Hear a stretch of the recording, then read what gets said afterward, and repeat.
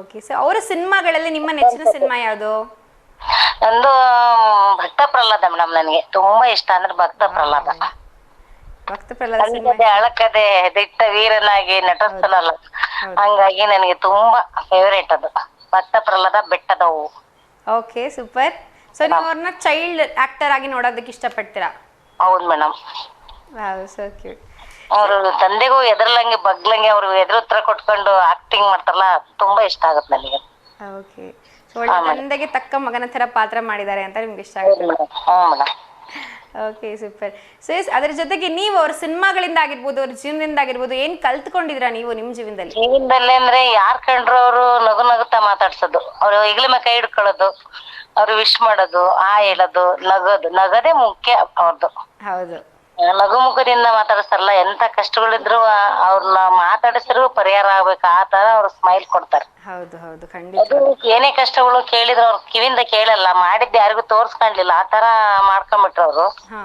ಅವ್ರು ಹೋದ ನಂತರ ಅವ್ರು ಏನೇನೆಲ್ಲ ಮಾಡಿದ್ರಂತ ನಮ್ಗೆಲ್ಲ ನಮ್ ಕರ್ನಾಟಕ ಜನಗಳಿಗೆ ಗೊತ್ತಾಗಿದ್ದು. ಅವ್ರು ಎಷ್ಟೆಲ್ಲ ಸಾಹಸ ಮಾಡಿದ್ದಾರೆ, ಸಾಕಾರ ಮಾಡಿದ್ದಾರೆ. ಎಷ್ಟು ಕಷ್ಟ ಜೀವಗಳಿಗೆ ಅವರು ಕೈಯಿಂದ ಕೊಟ್ಟಿದ್ರು ಸಹ, ಒಂದ್ ಕೈ ಕೊಟ್ರಿ ಇನ್ನೊಂದ್ ಕೈ ಗೊತ್ತಾಗ್ಬಿಡ್ದ ಅನ್ನೋ ಲೆಕ್ಕಾಚಾರದಲ್ಲಿ ಅವರು ಮಾಡಿ ಬೇಗನೆ ಹೋಗ್ಬಿಟ್ರು ಮೇಡಮ್. ಅವ್ರು ಇರ್ಬೇಕಾಗಿತ್ತು ನಮ್ಗೆ ಅಪ್ಪ ಸರಿನು. ಖಂಡಿತವಾಗ್ಲು.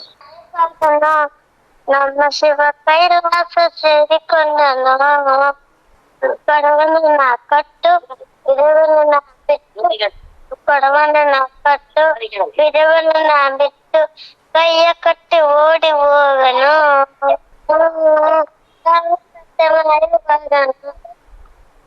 ಶಿವ ಕೈಲಾಸ ಸೇರಿಕೊಂಡನು, ಮೇಲೆ ಇಟ್ಟನು, ನಮ್ಮ ಶಿವ ಪಾತಾಳ ತನಕ ಇಟ್ಟನು, ಆಕಾಶ ಮೇಲೆ ಇಟ್ಟನು, ನಮ್ಮ ಪಾತಾಳ ತನಗೆ ಇಟ್ಟನು, ನಡುವೆಲ್ಲ ಸೇರಿಕೊಂಡನು, ಕಾಣದುಕ್ಷೆ ಶಿವ ಕಾಣದುಕ್ಷೆ